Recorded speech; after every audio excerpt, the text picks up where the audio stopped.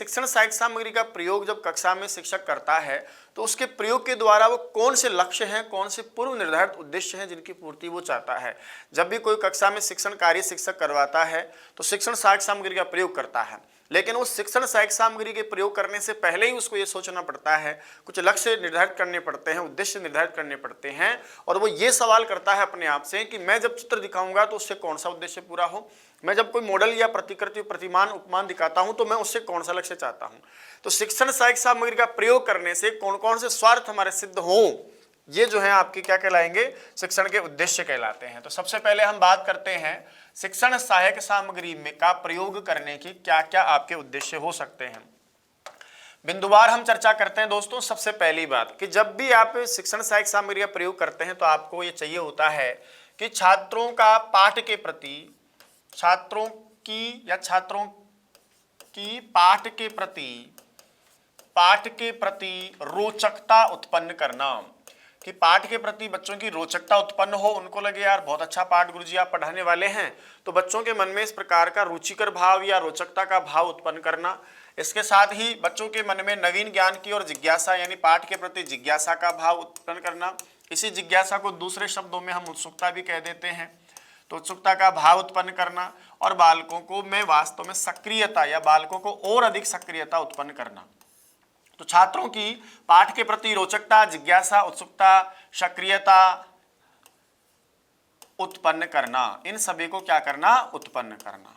तो पहली बात तो बच्चे को कैसे करना हो, तो बच्चे को इस तरह बनाना है। दूसरा, जो भी शिक्षण अध्यापक करना चाहता है उस शिक्षण के लिए भी है कि जो आप शिक्षण सहायक सामग्री का प्रयोग करते हैं इससे शिक्षण को वास्तव में आप कैसा बनाना चाहते हैं। तो शिक्षण को आप बनाना चाहते हैं पहली बात सरल और सरस और स्पष्ट, आसानी से बच्चा पकड़ ले, और बोधगम्य यानी बच्चा आसानी से अवबोध कर सके, समझ सके, रुचिकर यानी शिक्षण बोझ ना लगे, रुचिकर बनाना, यह भी वास्तव में शिक्षण सहायक सामग्री का एक प्रमुख उद्देश्य है।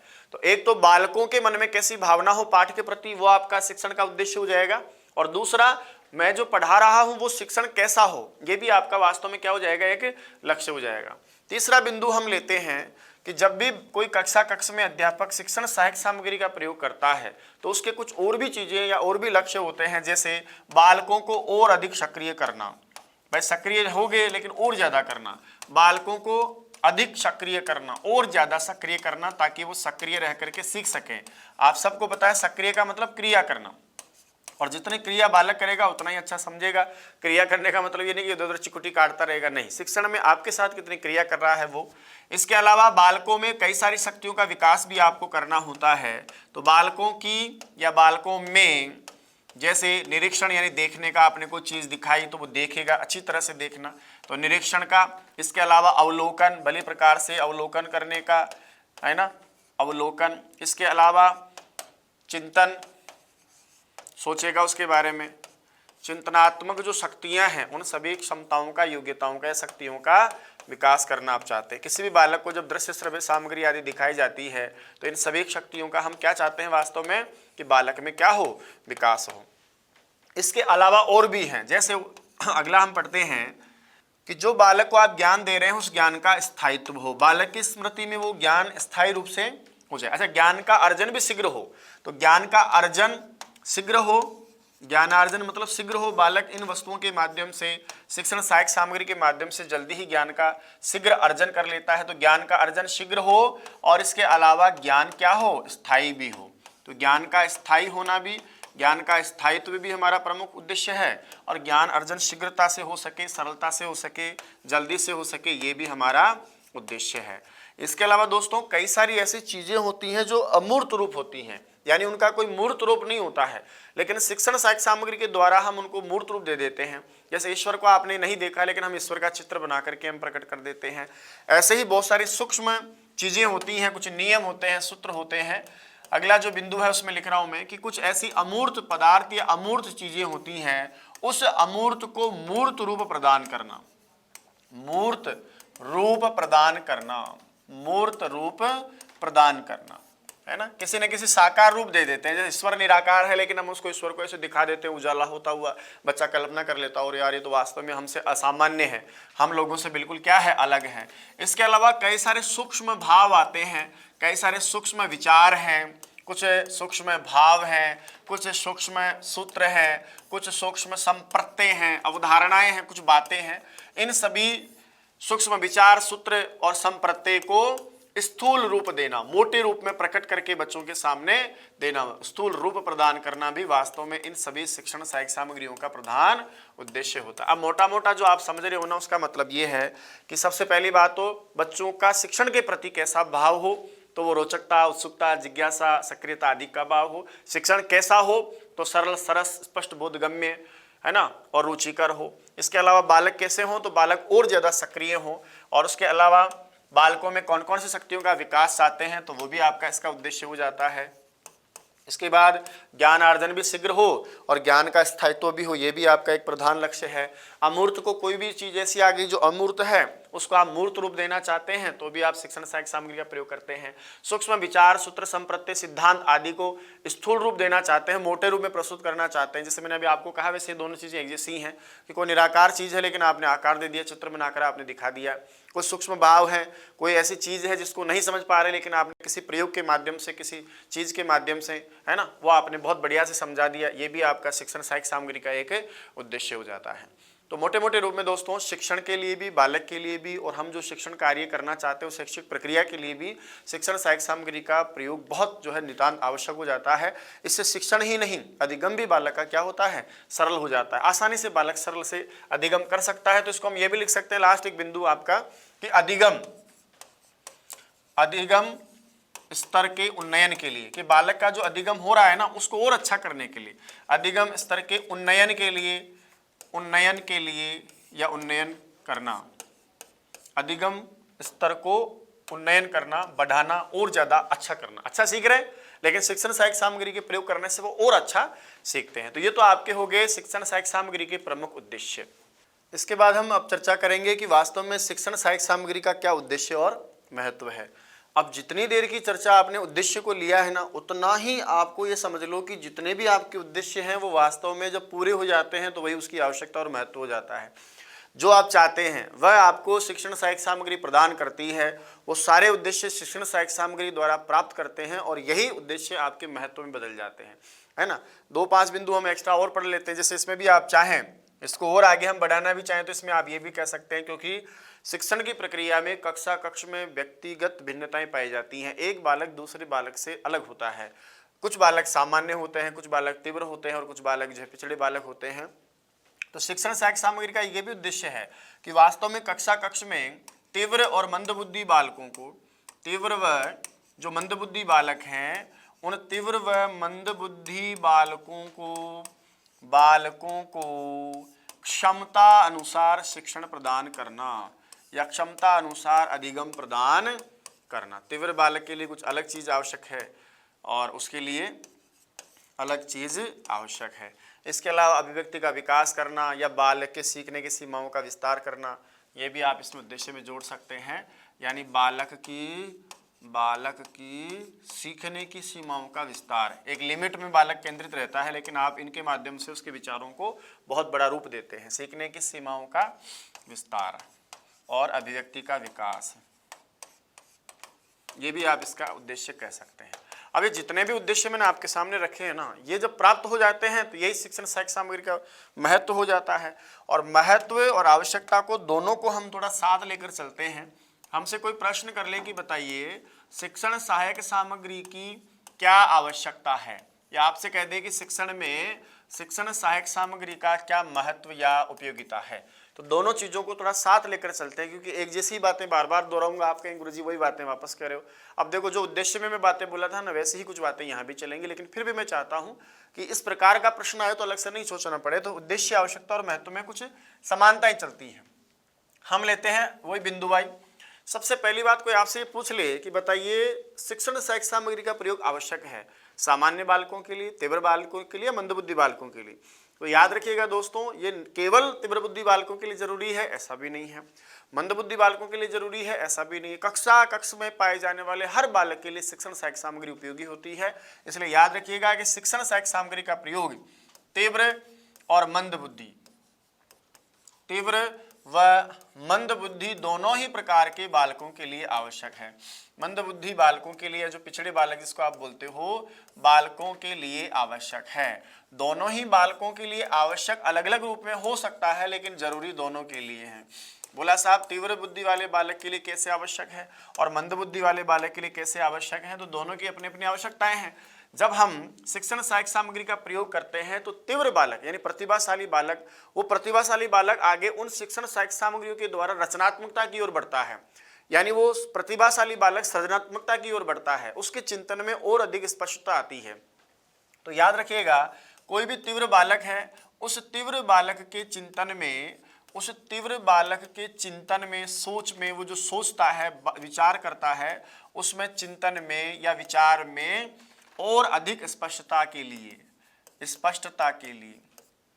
स्पष्टता के लिए या यूं मान लीजिए थोड़ी देर के लिए कि सृजनात्मकता के लिए शिक्षण सहायक सामग्री की आवश्यकता, सृजनात्मकता के लिए शिक्षण सहायक सामग्री की आवश्यकता होती है। एक बालक को प्रतिभाशाली से आगे आप सृजनशील बनाना चाहते हैं तो आपको शिक्षण सहायक सामग्री का प्रयोग करना चाहिए। लेकिन एक पिछड़ा बालक है, मंदबुद्धि बालक है या पिछड़ा बालक है, इस बालक को कुछ चीज़ें सामान्य समझ में नहीं आती हैं, तो इस बालक के लिए भी कुछ ऐसी चीज़ों को जो वो सूक्ष्म होती हैं, उन सभी सूक्ष्म चीज़ों को स्थूल रूप में रखने से वो बालक समझ जाता है। तो मंदबुद्धि बालक या छात्र जो बिल्कुल बारीकी चीज़ें होती हैं, सूक्ष्म कोई भाव है, सूक्ष्म कोई अर्थ है, सूक्ष्म कोई विचार है, सूक्ष्म कोई सिद्धांत है, सूक्ष्म कोई सूत्र है, इन सभी चीज़ों को समझने के लिए किस रूप में? स्थूल रूप में। विचार सूत्र को स्थूल रूप में समझने के लिए, स्थूल रूप में समझने के लिए वास्तव में हमको शिक्षण सहायक सामग्री की आवश्यकता होती है। हम उसको थोड़ा उन चीज़ों को अलग रूप में प्रस्तुत कर देते हैं। इसके अलावा कोई भी मान लीजिए सामान्य कोई भी ऐसी चीज़ है जिसका कोई रूप नहीं होता, जिसको मैं भी आपको बता रहा था और उद्देश्य में बता रहा था, तो अमूर्त वस्तु को मूर्त रूप प्रदान करने के लिए, अमूर्त वस्तु को मूर्त रूप प्रदान करने के लिए वास्तव में आपको शिक्षण सहायक सामग्री की आवश्यकता होती है या प्रदान करती है, ये इसका महत्व होता है। मैं सीधी भाषा में आपसे कहूं तो मैं ऐसे भी लिख सकता हूं कि शिक्षण को प्रारंभ करने, कि एक अध्यापक को शिक्षण प्रारंभ करना है तो प्रारंभ करने के लिए भी आवश्यकता होती है, उसको आगे बढ़ाना यानी गति देने के लिए भी उसकी जरूरत होती है, और शिक्षण को लास्ट में समाप्त करके उसके उद्देश्य पूर्ति या उद्देश्य प्राप्ति तक लगातार शिक्षण सहायक सामग्री की आवश्यकता होती है। इतना ही नहीं, हम कुछ चीज़ें और आगे लेकर चलते हैं, थोड़ा और बढ़ा देते हैं कि कोई भी अध्यापक शिक्षण सहायक सामग्री का प्रयोग करता है तो वो क्या क्या चाहता है। दोस्तों, वो चाहता है कि उसकी जो विषय वस्तु है, यानी जो विषय वस्तु आज वो कक्षा में पढ़ाना चाहता है, वो उसकी विषय वस्तु है ना, उसको वो कक्षा के स्तर के अनुरूप, यानी किस कक्षा के बालकों को वो पढ़ा रहा है, उन सभी के स्तर के अनुरूप, उनकी क्या रुचियां हैं, उस रुचि के अनुरूप वो अपनी विषय वस्तु को, पाठ्य वस्तु को स्तर के अनुकूल, रुचि के अनुकूल सार्थक रूप से प्रस्तुत करना चाहता है, सार्थक रूप में और स्पष्ट रूप में प्रस्तुत करना चाहता है। इसके लिए उसको शिक्षण सहायक सामग्री की आवश्यकता पड़ती है। सार्थक व स्पष्ट रूप से प्रस्तुत करने के लिए, स्पष्ट रूप में प्रस्तुत करना, स्पष्ट रूप में प्रस्तुत करना, समझ रहे होंगे आप। मैं कोई भी विषय वस्तु है जिसको मैं पढ़ाना चाहता हूँ, उसको कक्षा के स्तर के हिसाब से, मान लो कठिन चीज़ है, बच्चे नहीं समझ पाएंगे, छोटे बच्चों को पढ़ा रहा हूँ मैं, तो मैं कोई सरल चीज़ का माध्यम का सहारा लेकर के उस कठिन चीज़ को भी बच्चों के सामने आसानी से रख दूँ। तो स्तर के अनुरूप और रुचि के अनुरूप मेरी विषय वस्तु को सार्थक व स्पष्ट रूप से मैं बच्चों के सामने रखना चाहता हूँ। इसके अलावा मैं ये भी चाहता हूँ कि मेरे कक्षा का शिक्षण कार्य, वास्तव में जो मैं शिक्षण चाहता हूँ वो शिक्षण एकदम रोचक हो, रोचक का मतलब रुचिपूर्ण हो, आकर्षक हो, बच्चों का ध्यान आकर्षित करने वाला हो, बच्चों को मानसिक रूप से पढ़ने के लिए, है ना, सीखने के लिए तैयार करने वाला हो। तो शिक्षण रोचक हो, आकर्षक हो, बच्चों को कुछ नवीन प्रेरणा देने वाला हो। इसके अलावा आपका शिक्षण कार्य सरल भी हो और इसके साथ में सरस भी हो, समझ रहे हो? इसके लिए भी हम चाहते हैं कि आप शिक्षण सहायक सामग्री का प्रयोग करें, और शिक्षण सहायक सामग्री से ये सब होता है, इसलिए उसका ये महत्व भी हो जाएगा। इसके अलावा हम ये भी चाहते हैं कि बालक को जो अधिगम होता है, वो बालक जिस गति से सीख रहा है वो अधिगम भी कैसा हो जाए, सरल हो जाए, और बालक की आसानी से समझने वाला हो, यानी बच्चा आसानी से अधिगम कर सके, इस प्रकार का हो। इसके लिए भी हम शिक्षण सहायक सामग्री के ऊपर निर्भर रहते हैं और हम चाहते हैं कि शिक्षण सहायक सामग्री का प्रयोग किया जाए। इसके अलावा मैंने अभी बोला आपको कि हर कक्षा में अलग अलग योग्यताओं के बालक होते हैं। कोई बालक जो है धीरे सीखता है, कोई बालक जल्दी सीख जाता है। तो हर प्रकार के बालकों के शिक्षण में समरूपता लाने के लिए कि पिछड़ा बालक भी जो है उनके माध्यम से सीख करके आगे बढ़ जाए, और सृजनशील या जो प्रतिभाशाली बालक है उसको भी आगे बढ़ने के अवसर मिले। तो इन चीज़ों के द्वारा हम बच्चे का एक तरह से सपोर्ट करते हैं। आप नहीं सीख पा रहे तो इनके माध्यम से आप सीख जाएंगे। आप सीख रहे हैं लेकिन आप और अधिक सीखना चाहते हैं। इसके अलावा आप सब जानते हैं कि जब कोई नई चीज़ हम घर में लाकर रखते हैं तो उसके प्रति हमारा आकर्षक बढ़ जाता है ना। हमसे कोई कह दे कि यहाँ जैसे थैला आपने रख दिया तो हमारी इच्छा शक्ति होगी, जिज्ञासा बढ़ेगी कि यार इसमें पता नहीं क्या रखा है। तो जो भी कोई नई चीज़ कक्षा शिक्षण में एक मास्टर जी करते हैं ना, तो बच्चों को जिज्ञासा हो जाती है, उसकी उत्सुकता बढ़ जाती है कि यार इसमें पता नहीं क्या चीज़ लेकर आए हैं। जब आप अलग अलग विधाओं से अलग अलग चीज़ें बच्चों के सामने प्रस्तुत करते हैं, उदाहरण भी हो सकते हैं, वो चार्ट भी हो सकते हैं, चित्र भी हो सकते हैं, मॉडल भी हो सकते हैं, तो इससे शिक्षण में रुचि तो बढ़ती ही बढ़ती है, साथ में बच्चों की कुतूहल, जिज्ञासा, उत्सुकता भी बढ़ती जाती है, और बालक और अधिक सक्रिय होकर के सीखता है। बालक अधिक सक्रिय हो जाता है, अधिक सक्रियता के साथ सीखता है। और आप सबको पता है कि करके सीखना या सक्रियता से सीखना एक अच्छे शिक्षण कार्य की विशेषता या अच्छे शिक्षण की विशेषता मानी जाती है। एक बालक का शिक्षण में यानी शिक्षण कार्य में, शिक्षण में बालक की रुचि, बालक की जिज्ञासा, बालक की उत्सुकता, जिज्ञासा, रुचि, उत्सुकता बढ़ाना, ये भी इसका अपने आप में महत्व है। ऐसा करने से यानी शिक्षण सहायक सामग्री का प्रयोग करने से अपने आप ही बालक का इंटरेस्ट उसमें बढ़ जाता है। आप कोई चीज़ समझा रहे हैं, समझ भी नहीं रहा बालक, समझा रहे फिर समझाया, फिर समझाया, फिर समझाया, नहीं समझे, लेकिन आपने किसी माध्यम का ऐसा प्रयोग किया, किसी दृश्य श्रव्य साधन में ऐसे साधन का प्रयोग किया, बच्चे ने कह दिया अरे गुरुजी अब तो समझ में आ गया। तो किसी चीज़ को आप समझाने में बहुत टाइम ले रहे हैं, लेकिन आप दृश्य श्रव्य साधनों से या सहायक सामग्री से यदि आप उस चीज़ को समझाते हैं तो बहुत कम समय में भी आप उस चीज़ को समझा सकते हैं। याद रखिएगा, दृश्य श्रव्य साधनों का ये भी महत्व है कि किसी भी चीज़ को समझाने में यानी सीखने में कम समय लगता है, ज़्यादा समय की आवश्यकता नहीं लगती, सीखने में कम समय लगता है। अब देखिए, आप लोग सीखते भी कम समय में हैं, लेकिन ये भी है कि जब हम कोई ज्ञानेंद्रियों के द्वारा कोई भी चीज़ सीखते हैं तो वो सीखा हुआ ज्ञान हमेशा क्या हो जाता है, स्मृति में स्थायित्व को प्राप्त कर लेता है। यानी सहायक सामग्री के द्वारा अर्जित जो ज्ञान होता है आपका, वो अर्जित ज्ञान लंबे समय तक क्या रहता है, स्थायी रहता है। अर्जित ज्ञान स्थायी रहता है, ये भी इसका एक अपने आप में महत्व है। और ये भी आवश्यकता है कि बच्चे का सीखा हुआ ज्ञान लंबे समय तक रहे, इसके लिए भी शिक्षण सहायक सामग्री का प्रयोग किया जाना चाहिए। इसके अलावा बालक का चिंतन है ना, मनन, जो भी शक्तियां हैं, चिंतन है, तर्क है ना, स्मरण है, और इसके अलावा रचनात्मकता है, रचनात्मक है, निरीक्षण है, अवलोकन है। वैसे निरीक्षण अवलोकन को एक जैसा ही माना जाता है।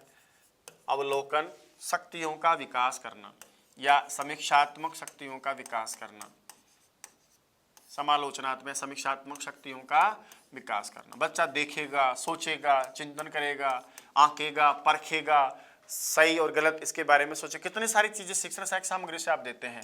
तो इन सभी शक्तियों का विकास इन सभी सामग्रियों के माध्यम से होता है। तो ये भी अपने आप में शिक्षण सहायक सामग्री का उद्देश्य होता है।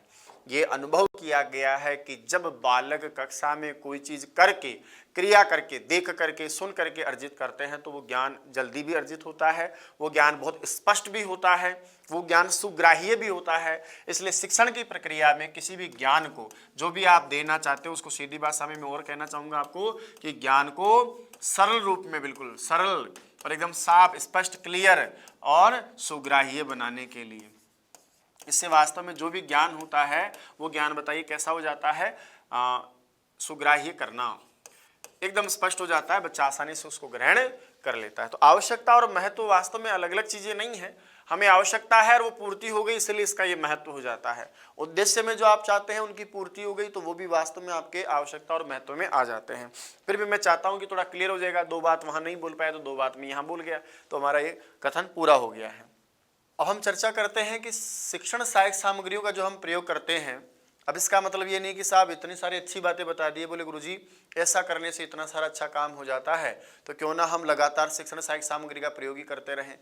शिक्षण सहायक सामग्री का प्रयोग भी सार्थक होना चाहिए, आवश्यकता अनुसार होना चाहिए और कुछ चीज़ों का ध्यान में रखा जाना चाहिए, वरना कभी कभार ऐसा होता है कि साधन साध्य का रूप ले लेता है। करने क्या आए थे और कर क्या जाते हैं। इसलिए एक विशेष बिंदु आपको ये भी ध्यान रखना है कि जब भी हम शिक्षण सहायक सामग्री का प्रयोग करें, किसी भी प्रकार की शिक्षण या अधिगम सामग्री का प्रयोग करें, तो सामग्री के प्रयोग में कुछ बातें आपको ध्यान में रखनी चाहिए। प्रयोग की सावधानियां या प्रयोग में सावधानियां, कुछ अवधान योग्य ऐसी बातें हैं जिनका प्रयोग आप कर रहे हैं, उन सब में प्रयोग करते समय, इनका प्रयोग करते समय आपकी जो मानसिक दशा है उसमें ये स्थापित होना चाहिए कि हम इसका जो प्रयोग कर रहे हैं तब इन चीज़ों का विशेष रूप से हमें अवधान रखना चाहिए। सबसे पहली और सबसे मेन बात यह है कि जब भी आप शिक्षण सहायक सामग्री का प्रयोग करें तो याद रखिएगा उनकी साज और सज्जा हमेशा पहले ही कर लेनी चाहिए। कई बार ऐसा होता है कि मास्टर जी कक्षा में गए और बाद में याद आया कि मेरा घोड़ा तो मैं घर ही छोड़े यार, है ना। जब यहाँ कक्षा में आ जाते हैं तब पता चला कि यार मैंने वो जो है तपस्या का एक शानदार चित्र बाबा जी का बनाया था, वो तो बाबा जी घर ही रह गए। तो पूर्व सज्जा करने से क्या होता है कि कौन से शिक्षण सहायक साधन का कौन सी जगह पाठ्य वस्तु के कौन से प्रस्तुतिकरण में, प्रस्तावना में, विश्लेषण प्रश्नों में, मूल्यांकन में, अभ्यास कार्य में कहाँ मुझे प्रयोग करना है, इसका हमें पूर्व में ही सज्जा कर लेनी चाहिए। और पूर्व सज्जा के साथ हमें पूर्ण सज्जा भी कर लेनी चाहिए, यानी पहले से ही हमें सारा कुछ निश्चित कर लेना चाहिए और पूर्ण रूप में कर लेना चाहिए कि यहाँ यहाँ इसका प्रयोग किया जाना चाहिए। ध्यान रहे, दूसरी लाइन इसलिए जोड़ देके कह रहा हूँ कि सामग्री हमेशा साधन ही बनी रहे। सामग्री साधन है, साध्य नहीं है।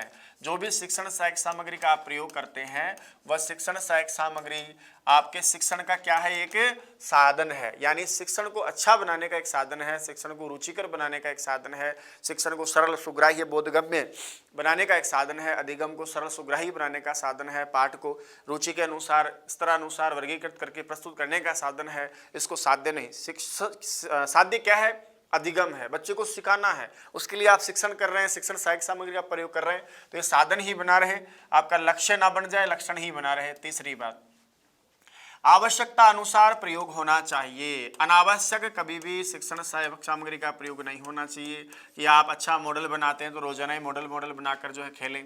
आवश्यकता अनुसार प्रयोग होना चाहिए। अनावश्यक प्रयोग आपके शिक्षण को मजाक बना के रख देगा। हमेशा बच्चों को ये रखेगा गुरुजी तो बस कुछ आइटम दिखाने आते हो, आपको जरूरत लग रही है कि यार कुछ सूक्ष्म बात है और इस सामान्य बच्चों से कम स्तर के बच्चे नहीं समझ पाएंगे, तो चलो मैं इसको मूर्त रूप देता हूँ। ये कोई उच्च जटिल विषय है जिसको सामान्य बच्चे नहीं समझ पा रहे, तो मैं इसके लिए कुछ ये काम करता हूँ। तो जहाँ जहाँ आवश्यकता हो वहीं वहीं हमें शिक्षण सहायक सामग्री का प्रयोग करना चाहिए। जो भी शिक्षण सहायक सामग्री आप प्रयोग कर रहे हैं वो आपकी सामग्री शुद्ध होनी चाहिए। शुद्ध से मेरा मतलब है जरूरी नहीं आप चित्र बना रहे हो, चित्र के अलावा कई अन्य चीज़ों का जैसे चार्ट का, तालिका, सारणी, कार्टून आदि पर जहाँ लिखने का काम होता है वो शुद्ध होने चाहिए। शुद्ध के साथ साथ में जो भी आप दे रहे हैं वो साफ साफ समझ में आना चाहिए। ऐसा नहीं है कि आप बना घोड़ा रहे थे और गधा बन गया, समझ रहे आप, बना आप आम रहे थे और आपसे जो है केला बन गया। तो इस प्रकार से जो भी सामग्री आप दें वो शुद्ध होवे, स्पष्ट होवे और बालकों के लिए कैसी होवे, बोधगम्य होवे, इस बात का भी ध्यान रखा जाना चाहिए। इसके अलावा वो बालकों के परिवेश से क्या हो, परिचित हो, यानी वो बालकों के परिवेश से परिचित सामग्री होनी चाहिए। आप कोई बच्चों के सामने ऐसी कोई चीज़ रख रहे हैं जिसको बच्चे ने आज जिंदगी में पहली बार देखा हो, जो बच्चे के आसपास नहीं कि बेटा ये जंगली गेंडा है, अब बच्चा जंगल में गया नहीं, उसको क्या पता है कि जंगली गेंडा कैसा होता है। तो जो भी विषय सामग्री का आप प्रयोग कर रहे हैं वो शुद्ध रूप में हो, स्पष्ट रूप में हो। इसके अलावा वो बच्चों के परिवेश से जुड़ी हुई चीज़ हो ताकि उसको देख करके वो जो समझना चाहता है उसको समझ ले। कहीं ऐसा नहीं कि कोई चीज़ हम समझाना चाहते हैं उसको तो समझ ही नहीं रहा था और अलग से आपने एक नई चीज़ और ला के रख दी, यार गुरुजी वो तो हम समझे ही नहीं थे और अब आपने और गजब बता दिया, ये और बिल्कुल समझ में नहीं आ रहा है। इसके अलावा याद रखिएगा जो भी आप सामग्री प्रस्तुत कर रहे हैं वो सामग्री बच्चों में प्रेरणा प्रदान करने वाली हो, यानी सामग्री रोचक हो, बालक को जो है सक्रिय करने वाली हो। तो सामग्री रोचक, आकर्षक होनी चाहिए। और साथ में इस बात का भी आप ध्यान रखें कि जिस स्तर पर आप सामग्री का प्रयोग कर रहे हैं उस स्तर का भी आपको ध्यान रखा जाना चाहिए। आप कक्षा 12 या 10-11 के बच्चों को छोटी छोटी बकरी का पाठ पढ़ाते समय बकरी का चित्र बना के दिखाओगे तो लफड़ा हो जाएगा। और ऐसे ही आप किसी छोटे बच्चे के स्तर पर आप पढ़ा रहे हैं, कुछ सूक्ष्म विचार आप दिखा रहे हैं और उसको आपने और बारीकी से सामने रख दिया तो वहां पर भी आपके लिए संकट खड़ा हो जाएगा। यदि आपने बड़े स्तर पर छोटे की कोई विषय वस्तु, सरल विषय वस्तु को आपने आइटम से दिखाया तो वो भी मजाक हो जाएगा। महाराणा प्रताप लड़े ऐसे मैदान में और चेतक, और आपने चेतक का चित्र दिखाया, देखो ये है चेतक, घोड़ा। घोड़ा देखा नहीं होगा ना आपने। अब कक्षा 11 का बच्चा घोड़ा नहीं देखेगा तो क्या देखेगा, समझ रहे हैं आप। उसको पता है तो वहां पर वो मजाक का हो जाता है, गुरुजी क्या आप ये चित्र हमको दिखा रहे हैं, हम सब जानते हैं। छोटे बच्चों को आप चित्रों के माध्यम से, उच्च स्तर पर कोई विचार के माध्यम से, उदाहरणों के माध्यम से, तो जहां जहां जिस स्तर पर आप बच्चे के सामने शिक्षण सहायक सामग्री को रख रहे हैं उसका हमेशा ध्यान रखना चाहिए। याद रखिएगा, सामग्री हमेशा प्रेरणादायी होनी चाहिए। प्रेरणादायी का मतलब है बच्चा उसको देख करके कुछ प्रेरणा ले सके, ऐसी विशेष सामग्री आपकी होनी चाहिए। इसके अलावा विशेष सामग्री का जो प्रस्तुतिकरण है, जो भी विशेष सामग्री या सहायक सामग्री आप बच्चे के सामने रख रहे हैं वो सामग्री एक क्रमबद्ध रूप से, व्यवस्थित रूप से बच्चों के सामने रखी जानी चाहिए। क्रमबद्ध, व्यवस्थित, नियोजित रूप से बच्चों के सामने रखी जाए, व्यवस्थित उसको क्या किया जाए, प्रस्तुतिकरण किया जाए या प्रस्तुत किया जाए। यदि आप मान लीजिए प्रस्तावना के समय के लिए कोई चीज बना कर लाएं, उसको आप रहे मैं तो भूल गया यार अब देख लो है ना, समझ रहे हैं मेरी बात को। और ऐसे ही आप मान लीजिए कोई गृह कार्य की चीज लाए और पहले आपने कुछ बता दिया हो, तो ऐसा नहीं होना चाहिए। जो जहां का है व्यवस्थित का मेरा मतलब है कि कोई चीज आप प्रस्तुतिकरण के लिए लेकर आए हैं, कोई आप प्रस्तावना के लिए लेकर आए हैं, जिस विशेष सामग्री का प्रयोग आप प्रस्तावना में करना चाहते हैं वहीं करें। आपको लगता है कि नहीं मैं प्रस्तुतिकरण के बना कर लाया हूँ, मेरा प्रस्तुतिकरण के लिए ये साधन काम में लिया जाएगा, तो उसका वही प्रयोग होना चाहिए। आप गृह कार्य के लिए कोई काम कर रहे हैं या काठिन्य निवारण के आप काम कर रहे हैं तो उसका वही प्रयोग किया जाना चाहिए। याद रहे, जो भी आप शिक्षण सहायक सामग्री का प्रयोग कर रहे हैं उस शिक्षण सहायक सामग्री में विविधता होनी चाहिए, यानी सामग्री विविधता से युक्त हो, सामग्री विविध रूप से होनी चाहिए। एक समान सामग्री का प्रयोग भी कई बार कक्षा में, यानी जो भी सामग्री आप प्रयोग कर रहे हो ना उस सामग्री में विविधता हो, यानी अलग अलग प्रकार से, अलग अलग जो है हमारे बहुत सारे साधन हैं। दृश्य श्रव्य साधनों में हम बांट कर पढ़ेंगे इंद्रियों के आधार पर, यांत्रिक अयांत्रिक होते हैं, प्रक्षेपी अप्रक्षेपी होते हैं। तो जिस स्तर पर आप काम कर रहे हैं वहां जब भी आप शिक्षण सहायक सामग्री का प्रयोग करें तो आप कोशिश करें कि अलग अलग रूप से, ताकि बच्चों की रुचि बनी रहे। आप बच्चे उब जाएंगे, ऐसा लगेगा गुरुजी क्या रोजाना हमको एक ही चित्र दिखाते रहते हैं, हम क्या गुरुजी रोजाना जो है एक ही प्रश्न पूछते रहते हैं हमें। तो जब भी आप शिक्षण सहायक सामग्री का प्रयोग करें तब शिक्षण सहायक सामग्री में आपके पास यहाँ अलग अलग प्रकार की क्वालिटीज होनी चाहिए, मतलब आपके पास क्वांटिटी अधिक होनी चाहिए। आज चित्र दिखा दिया, मॉडल दिखा दिया, कभी चार्ट बना लिए, कभी कार्टून बना दिए, कभी आपने जादुई लालटेन का प्रयोग कर लिया, कभी प्रोजेक्टर से पढ़ा दिए। तो अलग अलग प्रकार, जितना अधिकतम हो सके शिक्षण कार्य में आपको इन सभी साधनों का अलग अलग रूपों में प्रयोग करना चाहिए, ताकि बच्चा उबेगा नहीं, वो लगातार आपके शिक्षण में बना रहता है। इसके अलावा जो भी विषय सामग्री आप बना रहे हैं वो आपके पाठ या विषय वस्तु से संबंधित होनी चाहिए। हाँ, पाठ कुछ पढ़ा रहे हैं और विषय सामग्री कहीं और लगा रहे हो तो वो भी आपका मामला नहीं बैठेगा। इसलिए जब भी आप सामग्री यानी विषय सामग्री का, सहायक सामग्री का प्रयोग आप करें तो वो सामग्री आपकी पाठ्य वस्तु संबंधित यानी विषय वस्तु संबंधित यानी शिक्षण से संबंधित होनी चाहिए। तो पाठ्य वस्तु संबंधित होनी चाहिए, पाठ्य वस्तु से ही संबंधित विषय सामग्री का प्रयोग आप करें। पढ़ा कुछ और रहे हैं, दिखा कुछ और रहे हैं, गुरुजी ये किस लिए बोले, देख लो मैं तो बढ़ा के ले आया, इसलिए आप देख लो इसको। याद रहे, जब भी आप शिक्षण सहायक सामग्री का प्रयोग करें तो कक्षा में यानी शिक्षण में छात्र व शिक्षक दोनों सक्रिय रहें। छात्र और शिक्षक दोनों ही सक्रिय, जैसे आप दिखा रहे हो लेकिन आप बच्चों से पूछ रहे हो, बच्चे जवाब दे रहे हैं। छात्र शिक्षक दोनों सक्रिय रहे, ऐसा नहीं केवल बच्चे ही सक्रिय रहे, दोनों का सक्रिय होना जरूरी है। जब भी आप इस विषय वस्तु को प्रस्तुत कर रहे हो तो एक माहौल बनाया जाना चाहिए। जब भी कोई विषय वस्तु प्रस्तुत की जाए उसके लिए क्या करें, अध्यापक भूमिका भी निर्वहन किया जाए। सामग्री से संबंधित पहले भूमिका बांधी जाए, भूमिका बताई जाए या भूमिका का निर्वहन किया जाए कि चलिए बच्चों अब हम एक इस विषय को समझने के लिए इस प्रकार का एक चित्र देखते हैं, उसके सहारे हम समझने का प्रयास करते हैं। हमने आज संधि का पढ़ा है, इस संधि को एक चार्ट के माध्यम से हम समझने का प्रयास करेंगे। तो जो भी आप दिखाना चाहते हो उसके बारे में 2-3 शब्द आपको पहले कह देने, जिससे बच्चा क्या मानसिक रूप से तैयार हो जाता है ना।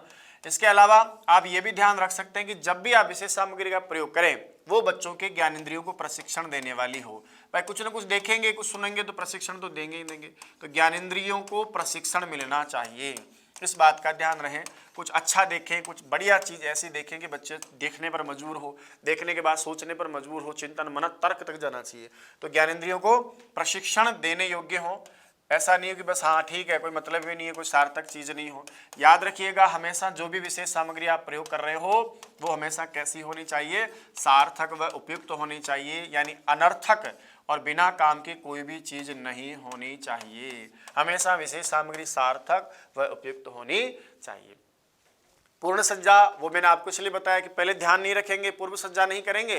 तो जैसे आप मान लीजिए महाराणा प्रताप का पाठ पढ़ा रहे हैं आप छठी क्लास में, और आपने चेतक का चित्र बनाया और चेतक की एक टांग हमेशा ऊपर रहती है, आपने जैसे ही अखबार से हटाया और आपने ला करके बच्चों को दिखाया, पता चला कि उसकी टांग ही गायब है। कहा यार ये क्या हुआ, कि बोला घोड़े की टांग तो घर ही रह गई।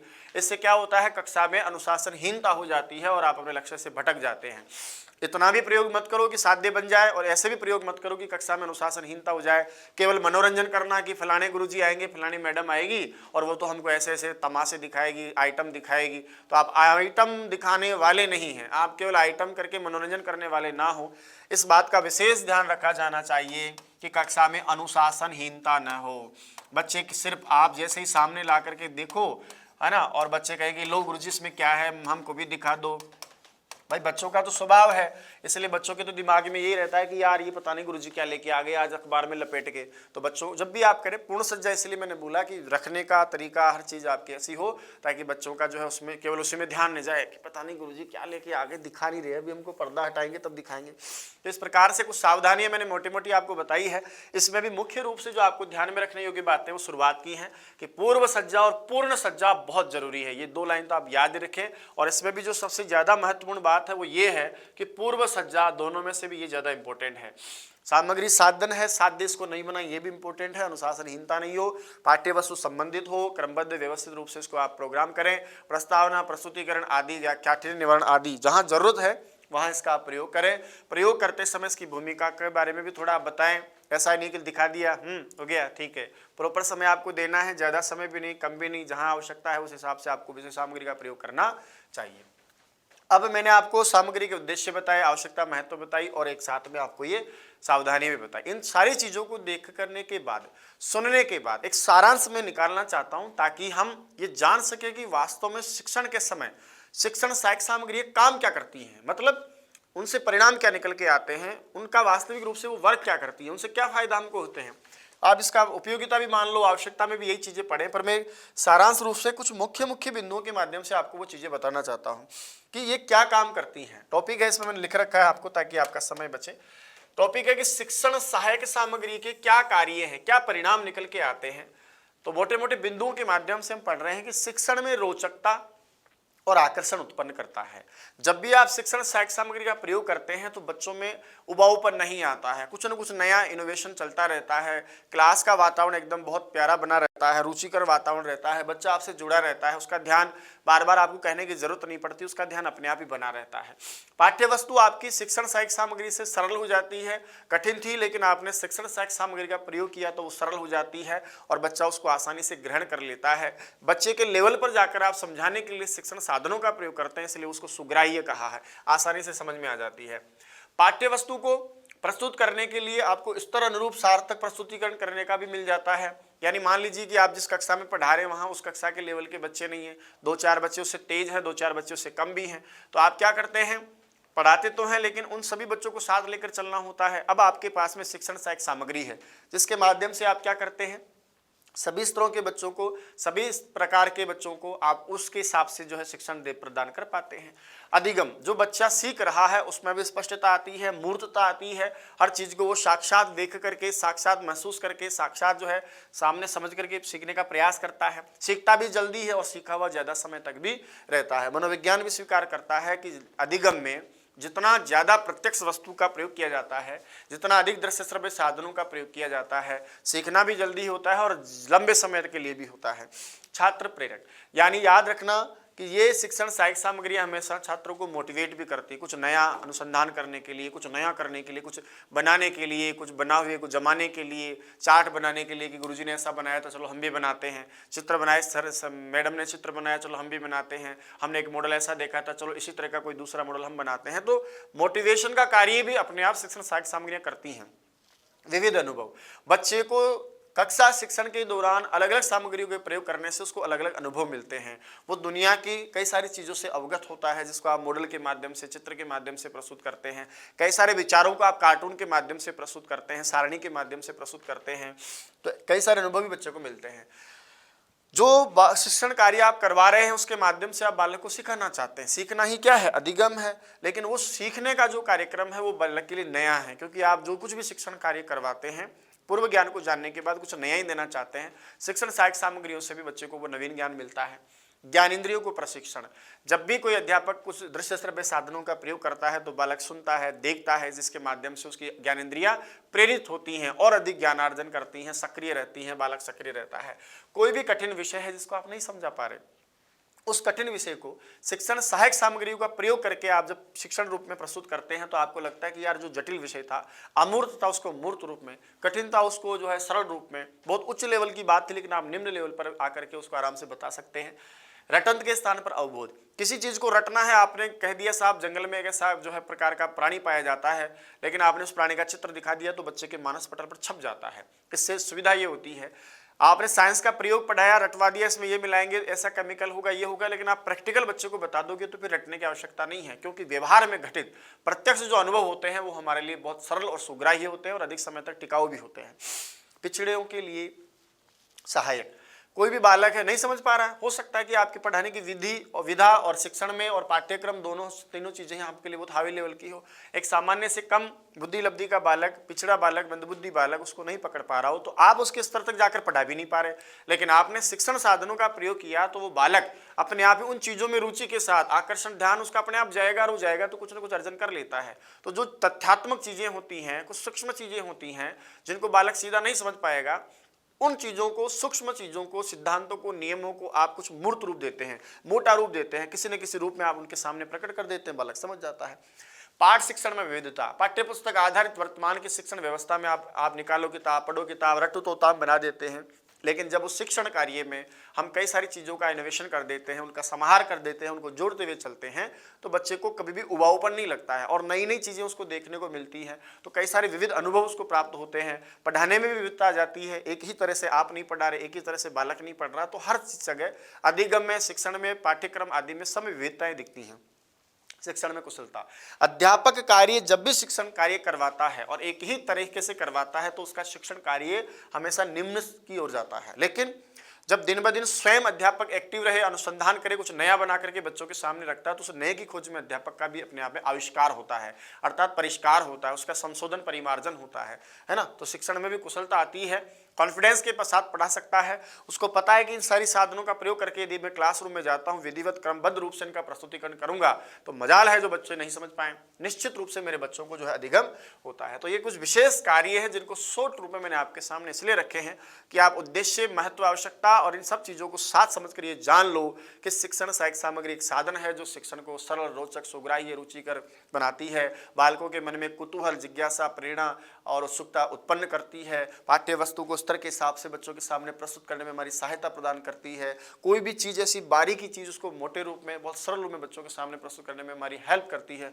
कई सारी चीजें ऐसी हैं जिनके माध्यम से हम शिक्षण सहायक सामग्री का प्रयोग करके अपने शिक्षण को रोचक, सरल, बोधगम्य और सरस बना सकते हैं, बच्चों को अधिगम भी बहुत बढ़िया करवा सकते हैं, शिक्षण भी जबरदस्त करवा सकते हैं। तो हर जबरदस्त चीज के लिए शिक्षण भी जबरदस्त हो, अधिगम भी जबरदस्त हो, पाठ्य शिक्षण का जो पाठ है हमारा प्रस्तुतिकरण वो भी जबरदस्त हो, सारी चीजें जबरदस्त हो के लिए हम शिक्षण सहायक सामग्रियों का प्रयोग करते हैं।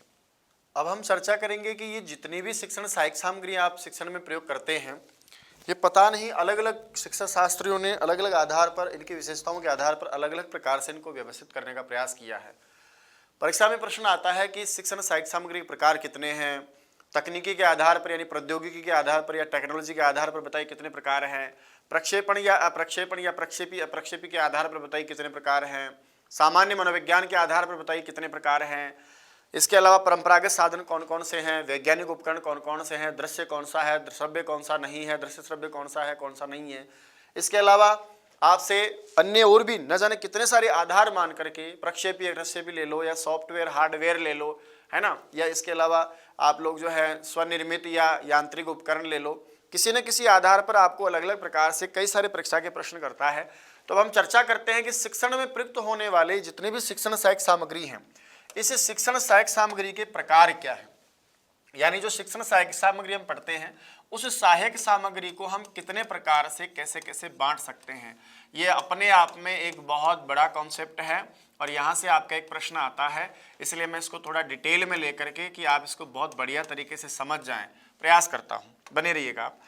दोस्तों, सहायक सामग्री के प्रकारों में सामान्य सर्वमान्य जो आपका विभाजन है वो तो आपको पता ही 3 ही प्रकार है इंद्रियों के आधार पर कि दृश्य साधन, श्रव्य साधन और दृश्य श्रव्य साधन। लेकिन उससे पहले भी यदि हम इसको बहुत डिटेल में पढ़ना चाहें कि सर हम कितने प्रकार से इनको अलग अलग भागों में बांट सकते हैं, तो मैं प्रयास करता हूं। आप लोग ध्यान देंगे तो निश्चित रूप से सारी बात आपके समझ में भी आएगी।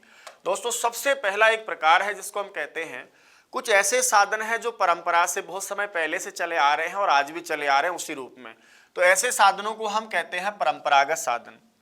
और ये जो विभाजन मेरा पहला है, ये विभाजन आपका है मनोविज्ञान के आधार पर। किसके आधार पर? मनोविज्ञान के आधार पर। सबसे पहला विभाजन है वो आधार, जिसके लिए अलग अलग आधार हम लिखेंगे, तो मनोविज्ञान के आधार पर हम इसको बांटने का प्रयास करते हैं। और मनोविज्ञान के आधार पर सबसे पहला हम विभाजन जो कर रहे हैं, उस विभाजन में आप पढ़ेंगे कि इसको हम मुख्यतः 2 भागों में बांट सकते हैं। कुछ साधन ऐसे हैं दोस्तों जिनको हम कहते हैं परंपरागत साधन।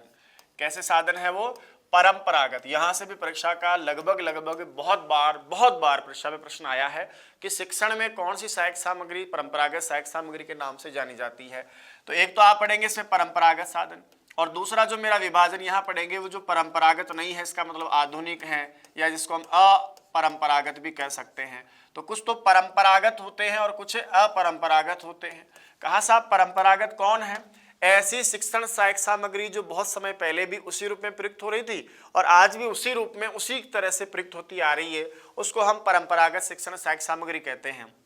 और याद रखना, इसमें जो मुख्य आपके नाम आते हैं, जैसे आप श्यामपट्ट का नाम यानी बोर्ड का नाम देखते हैं, वो बोर्ड बहुत सालों से लगातार उसी रूप में काम आता है। आपकी जो पाठ्य पुस्तकें हैं, वो किताब भी आपके उसी रूप में बहुत समय से लगातार शिक्षण में काम आ रही है। परंपरागत साधन को आप यूँ भी समझ सकते हैं कि ये हमारे शिक्षण के आधार हैं, इनके बिना शिक्षण पूरा हो ही नहीं सकता। तो श्यामपट्ट के बिना कभी शिक्षण नहीं होता कक्षा कक्ष में, इसलिए इसको कक्षा कक्ष की अनिवार्य स्थिति भी आप कहते हैं। पाठ्य पुस्तक और इसके अलावा जो सजीव पदार्थ हैं, सजीव पदार्थ से मेरा मतलब है 2 चीजें, एक आपके मास्टर जी होते हैं यानी शिक्षक होता है, और दूसरा आपका दोस्तों पढ़ने वाला शिक्षार्थी होता है। वास्तव में देखा जाए, हालांकि ये सीखने का वो साधन नहीं है, लेकिन सीखते तो है ना, शिक्षक से भी सीखते हैं और शिक्षार्थी से भी कई बार सीखने को मिलता है। एक शिक्षार्थी को दूसरे शिक्षार्थी से सीखने को मिलता है। तो श्यामपट्ट और पाठ्य पुस्तक तो 2 निर्जीव हैं आपके, इसको भी मैं चाहता तो और आगे बढ़ा सकता था। और उसके बाद में सजीव पदार्थों में शिक्षक और शिक्षार्थी, ये दोस्तों ऐसी चीजें हैं जो परंपरा से हमारे शिक्षण कार्यों में हम काम में लेते आ रहे हैं, तो ये सब परंपरागत साधन हैं। अब बात करें हम अपरंपरागत साधनों की, तो उसको हम थोड़ा बांट के पढ़ लेते हैं ताकि अच्छा समझ सकें। अपरंपरागत वे साधन हैं जो अब उस रूप में नहीं थे, लेकिन अब आजकल इनका प्रयोग किया जाने लगा है। अब इनको भी मैं 2 भागों पर बांट को आपको पढ़ाना चाहता हूं ताकि आप अच्छा समझ सकें। इसमें दोस्तों कुछ ऐसे अपरंपरागत हैं जो अध्यापक के द्वारा स्वयं निर्मित होते हैं, इसलिए इनको हम कहते हैं स्वनिर्मित साधन, है ना। अध्यापक स्वयं बांट करके करता है, या इसको यूं भी समझ सकते हो आप कि जो अपरंपरागत साधन है उसको हम 3 भागों में बांट कर भी पढ़ सकते हैं, दृश्य श्रव्य साधन, दृश्य साधन और दृश्य श्रव्य साधन। और उनको भी हम आगे जाकर के अलग अलग भागों में बांट सकते हैं। कैसे?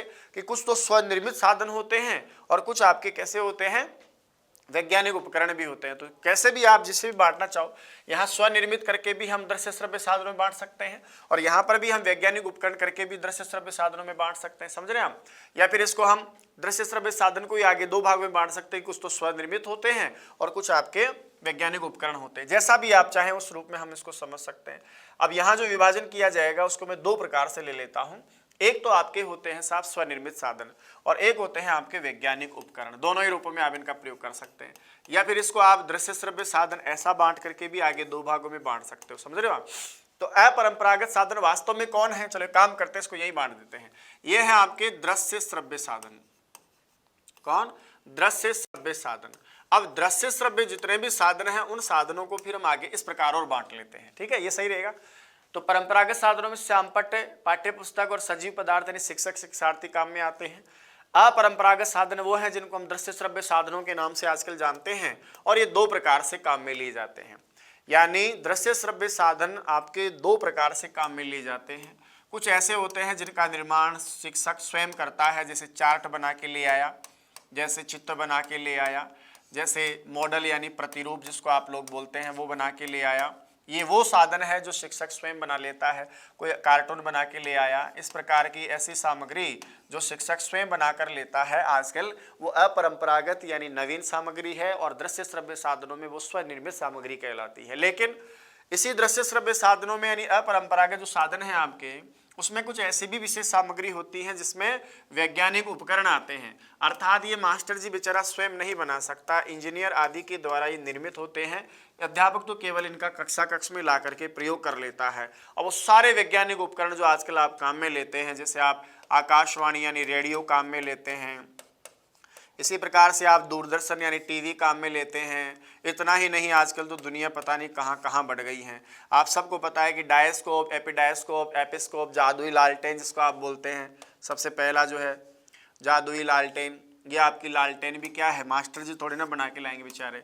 तो जादुई लालटेन हुई, जितने भी आजकल वैज्ञानिक उपकरण आप लोग प्रयोग करते हैं वो सारे इसमें आ जाती हैं। हाँ, यदि आप चाहो कि नहीं गुरुजी इनको भी हम आगे बांटना चाहते हैं, तो इनको भी आप वैज्ञानिक उपकरण को भी आगे अलग अलग प्रकार से बांट सकते हैं। कुछ दृश्य उपकरण होते हैं तो कुछ आपके श्रव्य उपकरण होते हैं। जैसे जादुई लालटेन क्या है, आपकी दृश्य उपकरण है ना, उसी प्रकार से दूरदर्शन क्या है, आपका दृश्य श्रव्य दोनों है। तो ऐसे मतलब वर्गीकरण आप कर सकते हैं जैसा भी आपको ठीक लगे। जादुई लालटेन,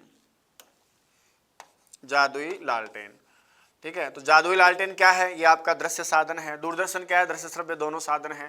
और आकाशवाणी क्या है, आपका श्रव्य साधन है। यानी इन वैज्ञानिक उपकरणों को भी यदि आप चाहें तो आगे जाकर 3 भागों में बांट सकते हैं। कुछ श्रव्य साधन होते हैं, कुछ दृश्य श्रव्य दोनों साधन होते हैं, और कुछ जो है आपके दृश्य साधन होते हैं, है ना। ऐसे भी हम आगे जाकर इनको 3 भागों में बांट सकते हैं, ठीक है। तो जैसा भी वर्गीकरण करें, हम मतलब बांट के बता रहा हूँ, कई बार परीक्षा में ऐसे आ जाते हैं। तो सबसे पहला विभाजन मेरा मनोविज्ञान के आधार पर है। इसमें परंपरागत और अपरंपरागत है। परंपरागत वो है जो परंपरा से चले आ रहे हैं, जिनके बिना कक्षा शिक्षण ना तो था ना आज है। श्यामपट्ट, पाठ्य पुस्तक और सजीव पदार्थ जिसमें शिक्षक और शिक्षार्थी आते हैं। अपरंपरागत वो हैं जो इनके अलावा सारे हैं। अब इनको भी आप दृश्य श्रव्य साधन कह देते हैं, और उसमें भी आपके स्वनिर्मित और वैज्ञानिक दोनों तरह के आते हैं। स्वनिर्मित में सारे दृश्य ही आपके देखो, चार्ट दिखाया जाता है, चित्र दिखाया जाता है, मॉडल दिखाया जाता है, कार्टून, इसलिए मैंने इसको यहाँ बांटा नहीं। और वैज्ञानिक उपकरणों में आप दृश्य श्रव्य किसी भी रूप में प्रयोग करते हैं। आकाशवाणी, दूरदर्शन, जादुई लालटेन, चित्र दर्शक, चित्र विस्तारक यंत्र यानी प्रोजेक्टर, ओवरहेड प्रोजेक्टर, जो भी आप काम में लेते हैं, पढ़ रहे हैं आगे डिटेल में, वो सारे इसमें आपके आ जाते हैं। चाहते तो आप इसको भी बांट सकते थे, पर इसमें ज्यादातर दृश्य साधन ही बना सकता है। मास्टर जी बेचारा श्रव्य साधन कहाँ से बना के लाएगा, वो कोई यंत्र तो बनाना जानता नहीं है। तो वैज्ञानिक उपकरणों में इस प्रकार का हो जाता है। दूसरा, इसके अलावा दूसरा जो हमारा आधार है दोस्तों, वो आता है आपका प्रक्षेपी और अप्रक्षेपी शिक्षण सहायक सामग्री। यानी दूसरा जो हम भेद करेंगे, थोड़ा इधर ले लेता हूं ताकि हम समझ जाएं। दूसरा हम लेंगे प्रक्षेपण के आधार पर। किसके आधार पर? प्रक्षेपण के आधार पर, जिसको हम कहते हैं प्रक्षेपी या प्रक्षेपण। प्रक्षेपी या प्रक्षेपण, प्रक्षेपण के आधार पर, प्रक्षेपी या प्रक्षेपण के आधार पर, के आधार पर। इस आधार पर भी आप शिक्षण सहायक सामग्री को बांट सकते हैं, और इस आधार पर हम शिक्षण सहायक सामग्री को, संपूर्ण शिक्षक सामग्री को 2 प्रकार से बांटते हैं। कुछ ऐसे शिक्षण साधन हैं जो आते हैं आपके प्रक्षेपी के अंतर्गत और यानी प्रक्षेपण के द्वारा, और कुछ ऐसे साधन होते हैं जो आते हैं आपके अप्रक्षेपी के अंतर्गत। तो 2 प्रकार से आप इनको बांट सकते हैं। कुछ तो साधन शिक्षण सहायक सामग्री कैसी होती है? प्रक्षेपी, और कुछ कैसे होते हैं? अप्रक्षेपी होते हैं। अब बोला प्रक्षेपी और अप्रक्षेपी से कैसे समझे हम, किसको डिफाइन कैसे करें? तो दोस्तों प्रक्षेपण शब्द आपका मनोवैज्ञानिक शब्द है, आपने पढ़ी है वहाँ CAT, TAT, CT, BT ऐसी बहुत सारी विधियां आप पढ़ते हैं। जब किसी चीज को थ्रो करके दिखाया जाए, फेंक करके दिखाया जाए, चीज यहाँ है लेकिन यहाँ से उसको वहां फेंक करके किसी माध्यम से आप दिखा रहे हैं, तब वो कहलाती है प्रक्षेपी सामग्री। जैसे स्लाइड आप दिखाते हैं, एपिस्कोप, जादुई लालटेन में आप क्या करते हैं, जैसे कोई चित्र बना हुआ, वो कागज आपने ऊपर रखा, तो कागज तो यहाँ है, लालटेन के ऊपर रखा है, लेकिन वो उस चित्र को वहाँ दीवार पे या स्लाइड से फेंक के दिखाती है, इसलिए उसको प्रक्षेपी यंत्र कहते हैं। इसी प्रकार से आजकल प्रोजेक्टर आदि देखते हैं कि प्रोजेक्टर यहाँ होता है और वो उसके जो है सारे जो चित्र वगैरह हैं या शब्द हैं उनको दीवार पे सामने फेंक करके आपको दिखाता है। तो ऐसी सामग्री जिसमें वास्तव में थ्रो किया जाता है, कोई चीज यहाँ है उसको कहीं दूसरी जगह फेंक करके दिखाया जाता है, वो प्रक्षेपी साधन कहलाते हैं। और उन प्रक्षेपी साधनों में आपके बहुत सारी चीजें आती हैं। जैसे आप लोगों ने पढ़ा है जादुई लालटेन, एपिस्कोप का नाम आपने सुना होगा। तो ऐसे कई सारे जो स्लाइड वाले जितनी भी चीजें आती हैं वो सारी आपके इसमें आ जाती हैं। अब वो स्लाइड्स आपके अलग अलग रूपों में आप लोग पढ़ते हो, है ना। कभी आप इसको एपिस्कोप के माध्यम से, जादू लालटेन के माध्यम से आप जानते हैं। और जितने भी आपके जो प्रोजेक्टर वर्ग आप लोग पढ़ते हो, छोटा प्रोजेक्टर या बड़े प्रोजेक्टर या ओवरहेड प्रोजेक्टर है, आजकल विज्ञान का युग है, दिन ब दिन न जाने कितने आविष्कार हम करते जाते हैं। एक जमाना था जब प्रोजेक्टर ही चलता था, आजकल ओवरहेड प्रोजेक्टर, जो बड़े बड़े शिक्षण संस्थान हैं, बड़े बड़े जो अनुसंधान या शिक्षण क्षेत्र में काम करने वाली संस्थाएं हैं, कितना जो विज्ञान और भाषा प्रयोगशालाओं में जो काम करने वाले लोग हैं, वो ऐसे ऐसी चीज़ों का आविष्कार कर रहे हैं। तो स्लाइड्स के माध्यम से, प्रोजेक्टर के माध्यम से, या और ओवरहेड प्रोजेक्टर का नाम जो मैंने बोला है, जहाँ पारदर्शिकाएं, हालांकि स्लाइड्स को ही बोलते हैं हम लोग, इन सभी का प्रयोग जहाँ किया जाता है तो वो सारी चीज़ें आ जाती हैं। वो प्रोजेक्टर में आप कोई सा भी प्रोजेक्टर ले लो, चाहे आप डायस्कोप लो या फिर एपीडायस्कोप लो या फिर आपकी जादू लालटेन जिसको आप एपिस्कोप भी बोलते हो। तो ये सारी चीज़ें क्या हैं, ये ऐसे साधन हैं जो है तो यहाँ आपके पास चित्र भी यहाँ है, शब्द भी यहाँ है, लेकिन इसको थ्रो करके, किसी विशेष तरंग के माध्यम से थ्रो करके, सामने फेंक करके इसको दिखाया जाता है, इसलिए प्रक्षेपी साधन है। और इन सभी साधनों के अलावा कुछ ऐसे साधन भी होते हैं जिनको आप थ्रो करके नहीं दिखाते हैं, वो सब इनसे भिन्न साधन क्या कहलाते हैं, अप्रक्षेपी साधन कहलाते हैं। अब श्याम पट्ट मेरे पास यहाँ है तो ये यही दिखेगा, इसको फेंक करके मैं सामने नहीं दिखा सकता, समझ रहे हो आप। तो वो सारे साधन जिसमें आपके, और कोई भी चीज़ ले लीजिए, सारे इसमें आ जाते हैं। जैसे आप चित्र बनाते हैं, मानचित्र बनाते हैं, हाँ, चित्र को यदि आप स्लाइड्स के माध्यम से दिखा रहे हो तो फिर वो आपका स्लाइड्स प्रोग्राम कहाँ चला जाता है, प्रक्षेपण में चला जाता है। आप प्रतिकृति यानी मॉडल बनाते हैं तो वो प्रतिकृति वाला साधन है, उसको आप फेंक करके नहीं दिखाते हैं। इसी प्रकार से आप कोई चार्ट का निर्माण करते हैं, कोई तालिका बनाते हैं, कोई सारणीयन कर रहे हैं, इसी के अलावा और जितनी भी चीज़ें हैं जो भी आप देख सकते हैं। जैसे आप श्यामपट्ट आप देखते हैं, मास्टर जी भी वैसे आपका एक साधन होते हैं, किताब है, पुस्तिका है, पाठ्य पुस्तक, ये सारी चीज़ें ऐसी हैं जो प्रक्षेपण यंत्रों में नहीं आकर के सामान्य साधनों में प्रयुक्त होती हैं। इसलिए जिनको थ्रो करके, जिनके द्वारा नहीं दिखाया जाता, वो सारी अप्रक्षेपी साधन हैं। तो प्रक्षेपण के आधार पर या प्रक्षेपी के आधार पर कि किसी को थ्रो करके दिखाना और किसी को बिना थ्रो करके दिखाना, इस आधार पर भी आप इनके दो भाग कर सकते हैं। तीसरा आ जाओ दोस्तों, तीसरा आपका जो प्रकार है उसमें भी आपको ये ध्यान देना है कि तीसरा जो प्रकार है उसमें हम ये सीखेंगे कि यहाँ पर हार्डवेयर और सॉफ्टवेयर दो नाम दिए गए हैं, और आधार क्या है इसका, तकनीकी आधार है। तकनीकी को हम दूसरे शब्द के माध्यम से प्रौद्योगिकी भी बोल देते हैं। तो तकनीकी या प्रौद्योगिकी के आधार पर जहाँ आपने तकनीकी का प्रयोग किया तो वो कुछ साधन कहलाएंगे, लेकिन कुछ साधन ऐसे भी हैं जहाँ तकनीकी का प्रयोग नहीं किया जाता है ना, वो कुछ और कहलाते हैं। तो तकनीकी के आधार पर, प्रौद्योगिकी के आधार पर भी यदि आप इनका विभाजन करना चाहते हैं तो ये भी आप दो प्रकार से करेंगे। और वो दो प्रकार कौन कौन से हैं, तो आपने सुना होगा कुछ ऐसे हैं जिनको हम बोलते हैं मृदु साधन, समझ रहे हैं हम, हार्डवेयर सॉफ्टवेयर के नाम से आपने सुना होगा। तो कुछ तो होते हैं आपके मृदु, जिसको हम कई बार मृदुल शब्द से भी कह देते हैं, और कुछ होते हैं आपके कठोर साधन या कठोर उपागम। तो दो तरह के साधन हैं। उपागम का याद रखिएगा, साधन शब्द के लिए ही आता है। तो कुछ तो मृदुल उपागम होते हैं यानी मृदुल साधन होते हैं, और कुछ आपके कठोर यानी हार्डवेयर, जिसको इंग्लिश में आप कहते हैं, लिख देता हूं मैं। इंग्लिश में हम मृदुल के लिए क्या करते हैं प्रयोग शब्द, आप सॉफ्टवेयर शब्द का प्रयोग करते हैं ना, सॉफ्टवेयर। और ये जो आपका शब्द होता है उसके लिए आप कौन से शब्द का प्रयोग करते हैं, हार्डवेयर शब्द का प्रयोग करते हैं। ये हार्डवेयर है और ये वो आपका सॉफ्टवेयर है, ठीक है, यानी कठोर उपागम और मृदुल उपागम। अब हम इसको समझें कैसे, तकनीकी प्रौद्योगिकी आधार मैंने क्यों दिया तो उसको समझिएगा आप।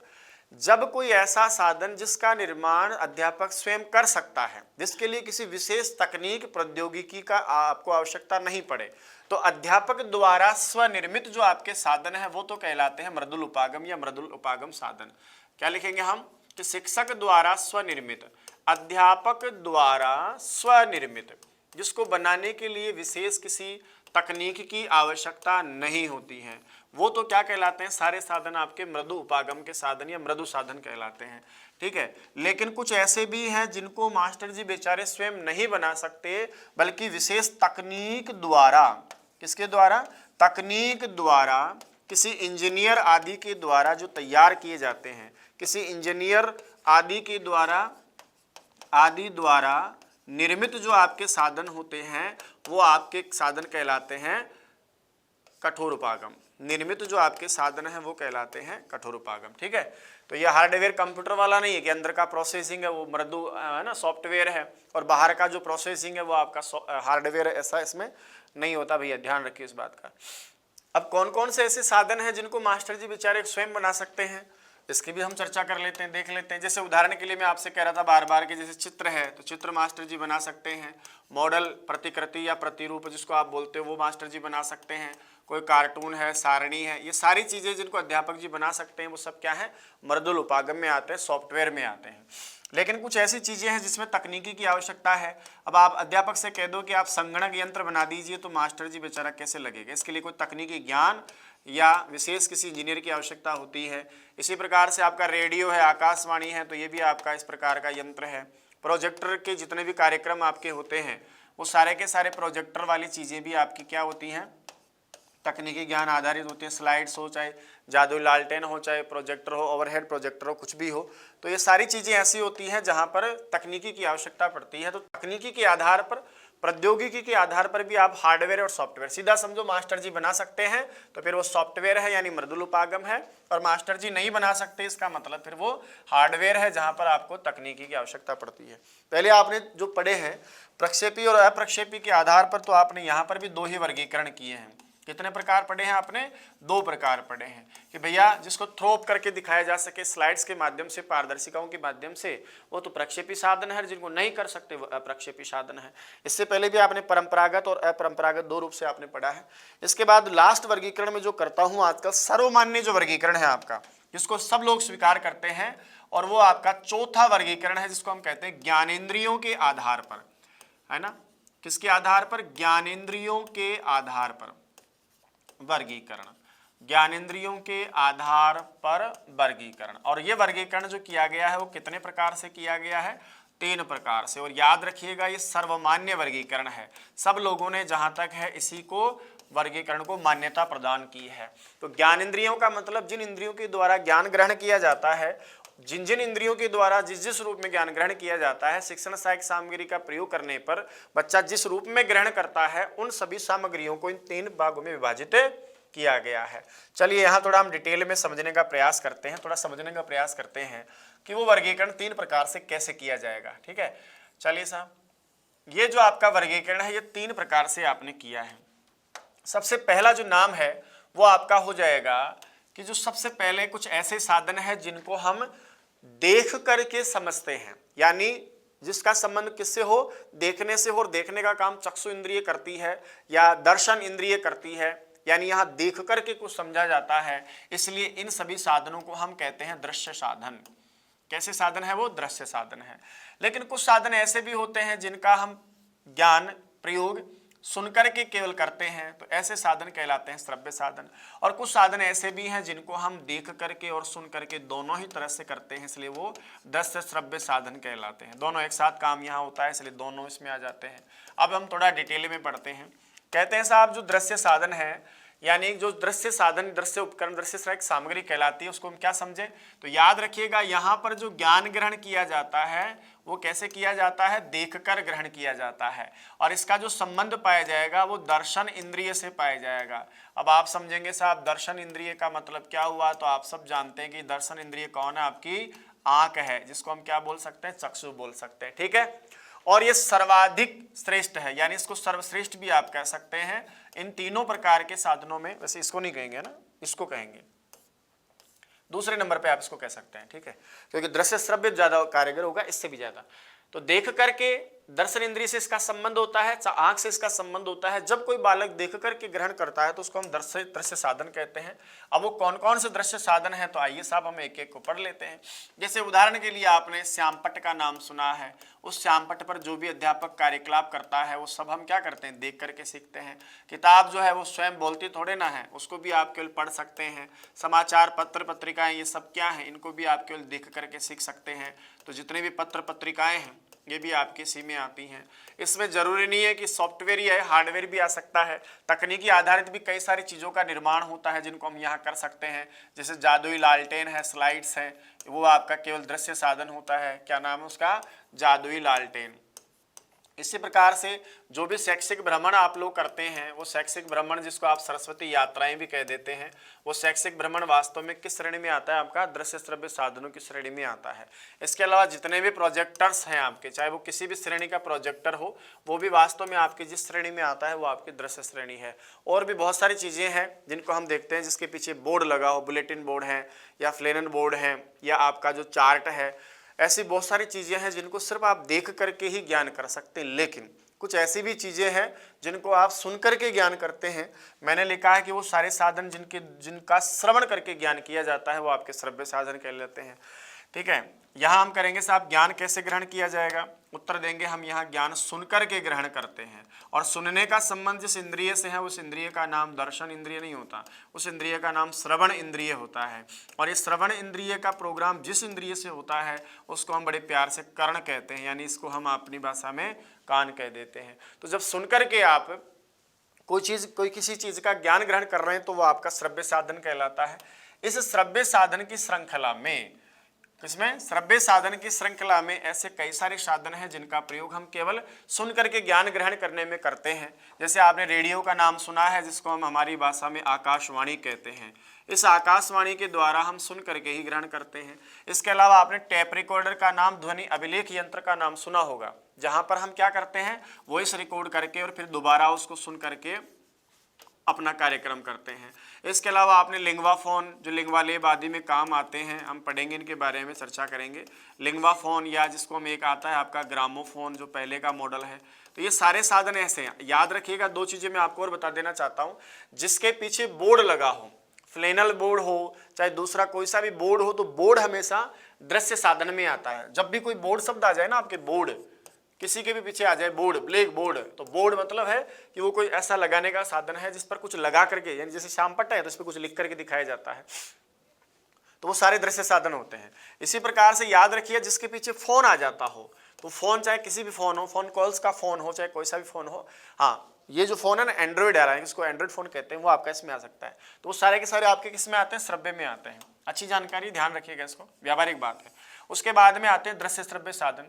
दोस्तों, दृश्य श्रव्य साधन के लक्षण में हम समझ गए कि यहाँ देख करके भी ज्ञान ग्रहण किया जाता है और साथ में प्लस सुन करके भी ज्ञान ग्रहण किया जाता है। आप देख करके और सुन करके करोगे तो आंख और कान दोनों लगातार काम करती हैं। इसलिए इन तीनों ही उपकरणों में जो सर्वश्रेष्ठ साधन है, जो सर्वश्रेष्ठ उपकरण है, आप समझ गए होंगे वो कौन से हैं? आपके दृश्य श्रव्य साधन हैं। दूसरे नंबर पे कौन से हैं? आपके दृश्य साधन, और तीसरे रहते हैं आपके कौन से? श्रव्य साधन है। क्योंकि मैंने पहले भी आपको बोला है कि मॉन्टेसरी ने क्या बोला था, जब मैं सुनती हूं तो मैं भूल जाती हूं, लेकिन मैं देखती हूं तो याद रख सकती हूं, और जिसको मैं कर देती हूं वो भाई साहब हमेशा याद रहता है। अब आप इधर आ जाइए साहब, ऐसे कौन कौन से साधन हैं? तो आप सब जानते हैं कि दूरदर्शन यानी जो टीवी है, उस टीवी में आप सुन भी लेते हैं, देख भी लेते हैं। कंप्यूटर है आपका, जिसमें आप सुन भी लेते हैं, देख भी लेते हैं, और आजकल तो बहुत सारे काम कर भी लेते हैं, है ना। इसके अलावा हम देखते हैं अभिनय जो आपका होता है वो सुनना और देखना दोनों चीज़ें आपको देता है। इसी प्रकार से कोई प्रयोग आप कर रहे हैं, कोई प्रदर्शन ऐसा जिसमें कोई कार्यक्रम हो रहा है, वो सारी चीज़ें इसमें आ जाती हैं। अभिनय का संबंध वैसे नाटक से है, तो जो नाटक किए जाते हैं वो भी वास्तव में क्या होते हैं? दृश्य श्रव्य साधन होते हैं। ठीक है, तो मोटा मोटा जो हमारा प्रामाणिक है मतलब वो ये होता है। हालांकि हम आगे पढ़ेंगे, अभी हमने पढ़ के खत्म नहीं किया है। तो यहाँ जो मैंने लिखे हैं ना, ये सब मोस्ट है, इंपॉर्टेंट है, और इन्हीं को हम आगे ले जा रहे हैं। वैसे मैंने शॉर्टकट में बहुत सारी चीज़ें साथ बोल दी है कि जो प्रोजेक्टर है वो कई प्रकार के प्रोजेक्टर है, ये भी आपका एक स्टार्टिंग प्रोजेक्टर ही है। तो जहाँ जहाँ मुझे लगेगा कि यहाँ बहुत कुछ आपको समझाना चाहिए, उन चीज़ों को आपको लेकर चलेंगे। दृश्य साधनों में दोस्तों एक याद विशेष रखना कि जो प्रत्यक्ष वस्तुएं दर्शन होती हैं, कोई भी चीज़ को आप प्रत्यक्ष दिखा रहे हो, साक्षात जो वस्तु प्रदर्शन है, प्रत्यक्ष जो कोई वस्तु दिखाई जाती है, तो वो तो आपके इसमें आती है ना। सबसे पहला हम यहीं से स्टार्ट करेंगे। तो ये कई प्रकार के वर्गीकरण है, अलग अलग लोगों ने अलग अलग प्रकार से इन साधनों का वर्गीकरण किया है। इसके अलावा भी एक वर्गीकरण और बच जाता है। आप सोच रहे हैं पता नहीं अब कौन सा वर्गीकरण बच गया, चलो भैया उसको भी लेते हैं। लास्ट और अंतिम आपका एक वर्गीकरण है जिसको हम पढ़ेंगे NCERT या RBSC के आधार पर भी इसका वर्गीकरण किया गया है ना। अंतिम जो हमारा पांचवा वर्गीकरण है वो किसके आधार पर है? NCERT। और अभी आप राजस्थान बोर्ड में है तो वो राजस्थान बोर्ड भी लागू हो जाएगा RBSC के आधार पर। यानी इन्होंने भी जो वर्गीकरण दिया है के आधार पर इसने कितने जो प्रकार बताए हैं, तो याद रखिएगा यह हम पढ़ेंगे 6 प्रकार।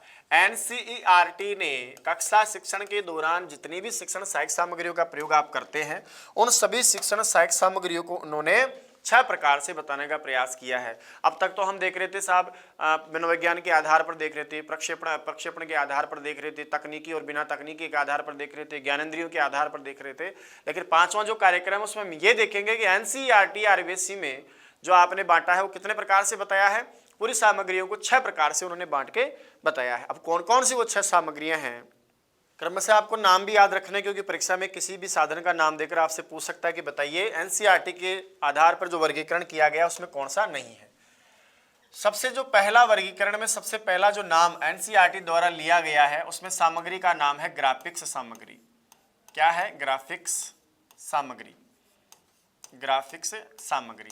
दूसरा जो दोस्तों नाम लिया है उसका नाम है डिस्प्ले सामग्री, है ना, जिसको हम प्रदर्शन सामग्री भी बोल सकते हैं, प्रदर्शन या डिस्प्ले सामग्री, डिस्प्ले सामग्री या प्रदर्शन सामग्री, प्रदर्शन सामग्री, सामग्री। तीसरा जो नाम आता है वो आता है त्रिआयामी साधन, त्रिआयामी साधन, त्रिआयामी साधन। चौथा जो नाम आता है वो आता है आपका श्रव्य। आप दृश्य श्रव्य और दृश्य श्रव्य पढ़ते हो ना, तो ऐसे तो 3 प्रकार है, लेकिन इसमें केवल श्रव्य साधनों को स्थान दिया गया है।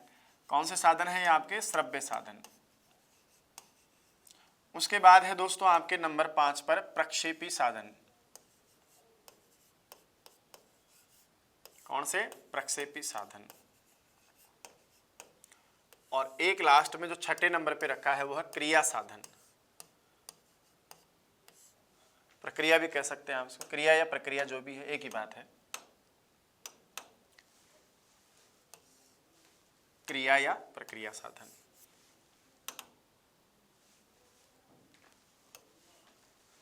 छठे नंबर पे क्या है? प्रक्रिया भी कह सकते हैं आप और इसको क्रिया साधन भी कह सकते हैं। ये 6 साधन आपके एनसीईआरटी ने दिखाए।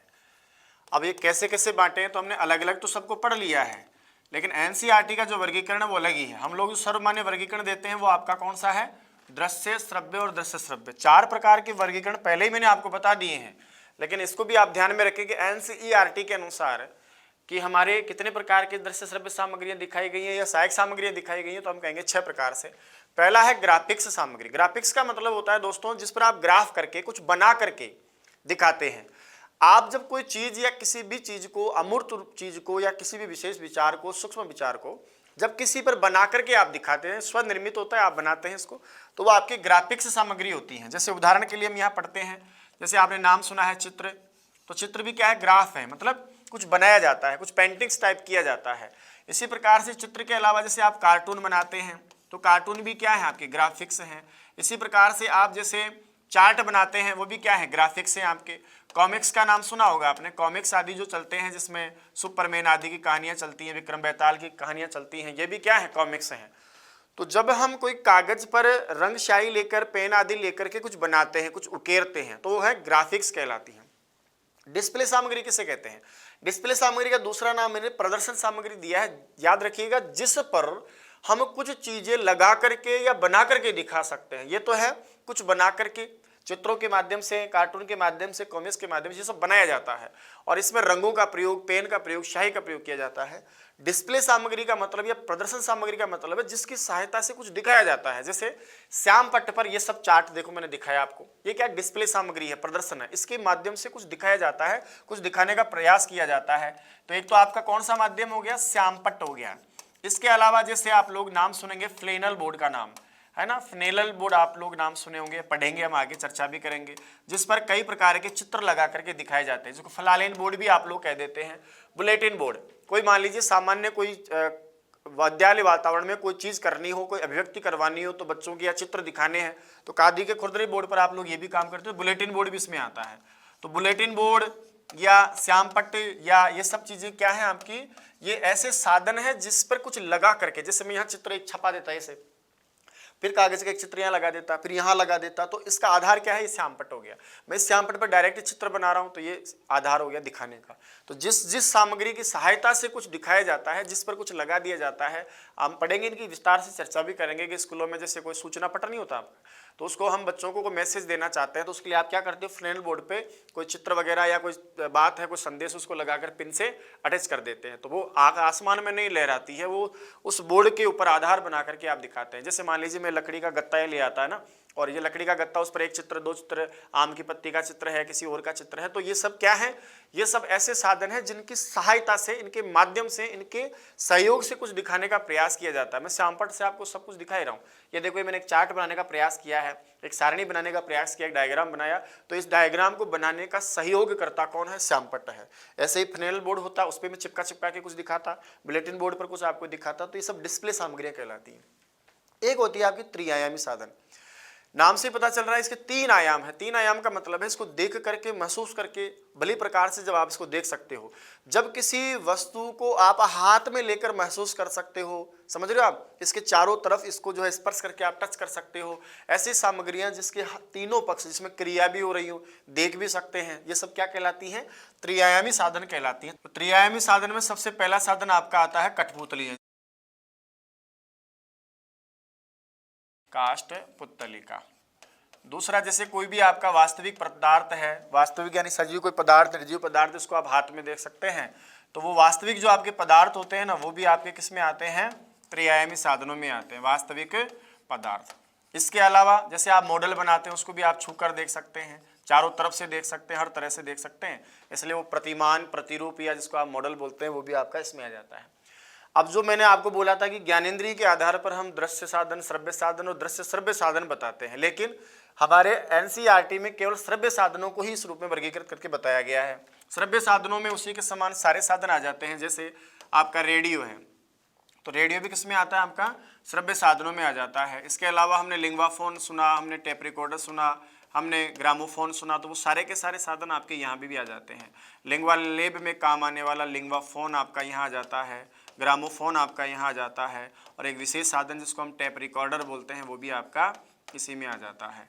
इसके बाद में कुछ प्रक्षेपी साधन हैं। प्रक्षेपी का मतलब जिनको थ्रो करके दिखाया जाता, भी हम चर्चा भी करे थे कि प्रक्षेपी और अप्रक्षेपी के आधार पर भी आपके 2 प्रकार के सहायक सामग्रियां पाई जाती हैं। तो प्रक्षेपी साधनों में वही सारी चीजें आ जाती हैं, जैसे उदाहरण के लिए प्रोजेक्टर। अब ये प्रोजेक्टर आपका किसी भी पीढ़ी का हो सकता है, चाहे वो पहला आपका डायस्कोप यानी जादुई लालटेन आदि हो सकते हैं, या फिर एपिस्कोप आदि हो सकते हैं, या फिर आपके एपिडायस्कोप आदि हो सकते हैं।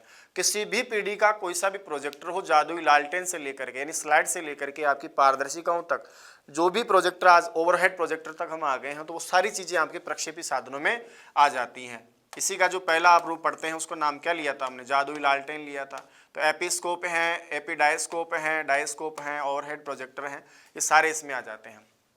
एक आपका लास्ट में लिखा है साहब प्रक्रिया या क्रिया आधारित शिक्षण सहायक सामग्री। इसका मतलब ये होता है कि जिसमें कोई ना कोई एक्टिविटी की जाती है, कोई ना कोई क्रिया की जाती है, कोई ना कोई प्रयोग किया जाता है, इसको वास्तव में कुछ करके इसमें दिखाने का कार्यक्रम होता है। इसमें कौन कौन सी चीजें आती हैं आपकी, तो सबसे पहले प्रक्रिया आधारित में आप जैसे साइंस आदि पढ़ा रहे हैं, वहां पर बच्चे को आपने कोई प्रयोग करके दिखा दिया। ये प्रयोग क्या है, वास्तव में क्रिया आधारित साधन है। इसी प्रकार से आपने जैसे शैक्षणिक भ्रमण का नाम सुना होगा, तो इस शैक्षणिक जो भ्रमण होते हैं आपके, शैक्षणिक यात्राएं होती हैं आपकी, सरस्वती यात्रा भी आप लोग इसको बोलते हैं, वो शैक्षिक भ्रमण भी क्या है, क्रिया आधारित साधन में आ जाता है। इसके अलावा आपने अभिनय करके बताया, तो अभिनय भी क्या है, क्रिया है। और इसके अलावा आपने वृत्त चित्र का नाम सुना होगा, वृत्त चित्र बोलते हैं जिसको इंग्लिश में आप ज़्यादा समझते हैं डॉक्यूमेंट्री फिल्म बोलते हैं आप, है ना। तो ये सब किसी विषय पर, किसी संस्था पर, व्यक्ति पर, जैसे आप लोग चाहते हैं कि राम कुमार जाट पर हम डॉक्यूमेंट्री बनाएं, तो मुझे आधार मान करके आप एक छोटी सी मूवी जैसा सीन बना लेते हैं, 10-5 घटनाओं को लेकर के आप मेरे जीवन से जोड़ करके बता सकते हैं। आज नहीं कल बनाएंगे हम, जरूर आप लोग बनाएंगे, मुझे पता है आप लोग ऐसे रुकने वाले नहीं हो।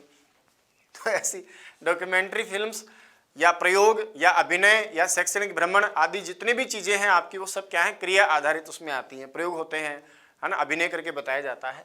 तो ये अब तक का पूरा आपका दृश्य श्रव्य सामग्रियों का यानी शिक्षण सहायक सामग्रियों का, जिसको आप जन संप्रेषण उपागम के नाम से भी जानते हैं, ये पूरा वर्गीकरण मैंने आपके सामने रखा है कि शिक्षण सहायक सामग्रियों के प्रकारों के अलग अलग आधार हैं। सबसे पहला मनोविज्ञान के आधार पर मैंने आपको बताया कि कुछ ऐसे साधन हैं जो परंपरा से चले आ रहे थे और चले ही आ रहे हैं, जिनके बिना कक्षा कक्ष में शिक्षण भी संभव नहीं है, जो कक्षा शिक्षण के अनिवार्य अंग हैं, जैसे मास्टर जी हैं और छात्र हैं, ये सजीव पदार्थ हैं। निर्जीव पदार्थों में ब्लैक बोर्ड का होना जरूरी है और किताब यानी पाठ्य वस्तु का होना जरूरी है। इसके अलावा जो चीज़ें हैं वो अपरंपरागत है, जो आजकल कुछ नवीन विधाओं के साथ में आई है, इनको भी हम 2 भागों में बांट के पढ़ सकते हैं। हालांकि इनको दृश्य श्रव्य साधन कहा जाता है। कुछ ऐसी चीज़ें हैं जो मास्टर जी स्वयं बनाते हैं, स्वनिर्मित हैं, और कुछ ऐसी चीज़ें हैं जो वैज्ञानिक उपकरणों से आती है, जैसे आकाशवाणी, टेलीविजन, दूरदर्शन आदि मास्टर जी बेचारा बना नहीं सकता। तो परंपरागत और अपरंपरागत। दूसरा आपका मैंने बताया प्रक्षेपण और अप्रक्षेपण के आधार पर, प्रक्षेपी और अप्रक्षेपी के आधार पर कुछ ऐसे साधन जो चीज़ें यहाँ हैं लेकिन उसको हम कहीं सामने थ्रो करके दिखा रहे हैं। चीज़ तो यहाँ है लेकिन दिखाई कहीं सामने दीवार पे रही है, किसी बोर्ड पे रही है या किसी और माध्यम से रही है। स्लाइड्स है, प्रोजेक्टर है, पारदर्शिकाएं हैं। अप्रक्षेपी कौन है? जो प्रोजेक्टर नहीं है, जो प्रक्षेपण नहीं है, जिनका प्रक्षेपी साधन नहीं, वो सारे अप्रक्षेपण हो जाते हैं। जैसे श्याम पटेल को कहाँ फेंक के दिखाऊंगा, तो यहाँ है तो यही दिखेगा, ही मास्टर जी यहाँ है तो यही दिखेगा। ठीक है, तो ये सब क्या है? 2 प्रकार इसके ये हैं। तकनीक के आधार पर, तकनीक का प्रयोग किया तो हार्डवेयर है यानी कठोर उपागम है, तकनीक का प्रयोग नहीं किया तो आपका क्या है? मृदुल उपागम यानी सॉफ्टवेयर है। एक अध्यापक शिक्षण में जो भी सहायक सामग्री बना करके खुद प्रस्तुत कर सकता है, खुद बना सकता है, वो आपकी कहलाती है सब मृदु उपागम में। जैसे चित्र बना सकता है, मॉडल बना सकता है, चार्ट बना सकता है, ऐसे सारे काम जो शिक्षण में खुद बना करके प्रस्तुत करता है। लेकिन इंजीनियर बना के दे रहा हो, तकनीकी ज्ञान के आधार पर बना सकते हैं, ऐसे नहीं बना सकते, तो वो सब क्या हार्डवेयर है। जैसे संगणक है, प्रोजेक्टर हैं, आकाशवाणी, रेडियो आदि सारे इसमें आ जाते हैं। सबसे अच्छा और सर्वोत्तम जो सर्वमान्य वर्गीकरण है वो आपका ज्ञानेंद्रियों के आधार पर किया गया। जिनको हम देख सकते हैं केवल वो दृश्य साधन है, जिनको हम सुन करके समझ सकते हैं वो श्रव्य साधन है, और जिनको सुन करके और देख करके दोनों ही तरीके से कर सकते हैं वो आपके दृश्य श्रव्य साधन है। फिर लास्ट में आपको एनसीईआरटी की ओर ले गया कि एनसीईआरटी ने 6 प्रकार बताए हैं, जिनको हम दिखा करके कुछ चीज़ों में ग्राफिक्स हैं, किसी की सहायता से दिखाते हैं वो डिस्प्ले हैं, जिनको हम सामान्य छू सकते हैं वो वास्तविक पदार्थ त्रिआयामी हैं, जिनको हम सुन सकते हैं वो श्रव्य साधन है, जिनका प्रक्षेपण किया जा सकता है वो प्रक्षेपी हैं, और जो क्रिया आधारित, एक्टिविटी आधारित, प्रयोग आधारित होते हैं वो आपके क्रिया आधारित या प्रक्रिया आधारित साधन हैं। इसके बाद दोस्तों हम पढ़ेंगे इन सभी शिक्षण सहायक सामग्रियों का शिक्षण में प्रभाव किस क्रम में पड़ता है। कौन सी शिक्षण सामग्री का सर्वाधिक प्रभाव पड़ता है? शाब्दिक संप्रेषण ज्यादा प्रभावशाली होता है कि अशाब्दिक होता है या क्रिया आधारित होता है?